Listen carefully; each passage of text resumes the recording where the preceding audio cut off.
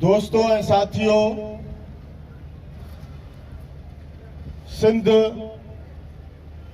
76 सालन खां हुक्मरान तबकन चोखम भी ॿधी गुलामीअ जे उन गार में उछलाए छॾी। पर अॼु असां ॾिसूं था त शहीदनि जो शहर सांगड़ हिकु भेरो वरी शहीदनि जे लाश सां मातम कदाए। अॻु बि तारीख़ शाहिद आहे त अॻु बि शहीदनि जे हिन शहर अंग्रेज साम्राज्य खे शिकस्त ॾिनी।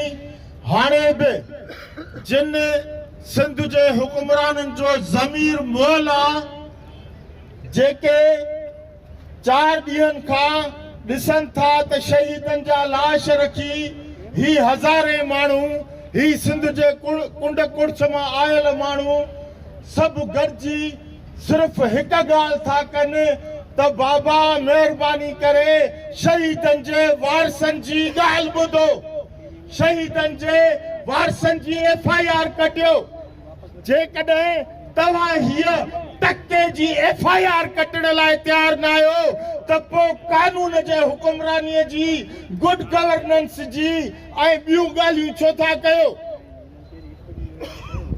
अचनि था चूंडियल नुमाइंदा सांगड़ जा, बाबा असांजी ॿुधनि कोन था, FIR नथा कटनि।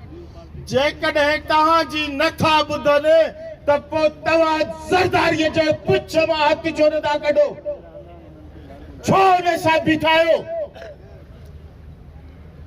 त असुल ॻाल्हि जेका आहे, असां बराबरि मातम कंदा आहियूं। हे खीमा जेके आहिनि उहे ज़ाहिर था कनि त सिंध जेका आहे उहा अॼु वरी नए करबला जो ॾेख पई ॾिए। उन नए करबला जो ॾेख ॾींदड़ सिंध रुगो हिन बिरादरी या क़बाइली तकरारनि या ॿियनि में हुक्मराननि नाहे फासाई, पर उन सिंध जूं ज़मीनूं हे हड़प करण था चाहिनि। ही कैनाल ठाहे पंजाब खे सैराब करण था चाहिनि। उन जे लाइ असां सम्झूं था त क़ौमी मामलनि तां ध्यानु हटाइण जे लाइ हेड़ा ही हज़ारे हाणे जहिड़ा कराईंदा ऐं पोइ FIR न कट थींदा, पोइ नवां नाटक कंदा, पोइ नवां ड्रामा कंदा। असां चऊं था त इहे ड्रामे बाज़ियूं बंदि कयो। सिंध जेका आहे उहा सूरे बादशाह जी आहे, मखदूम तालिबुल मौला जी आहे, साईं GM सैयद जी आहे, शाह लतीफ़ जी, शाह इनायत जी आहे, सचल सरमस्त जी आहे। ऐं सिंध हमेशह गॾिजी पुरअमन जदोजहद कई आहे, जेका जदोजहद प्यार जी आहे, जेका जदोजहद मोहबत जी आहे, जेका टहकनि जी जदोजहद आहे, तव्हां उनखे मातमी जदोजहद में तब्दील पिया कयो।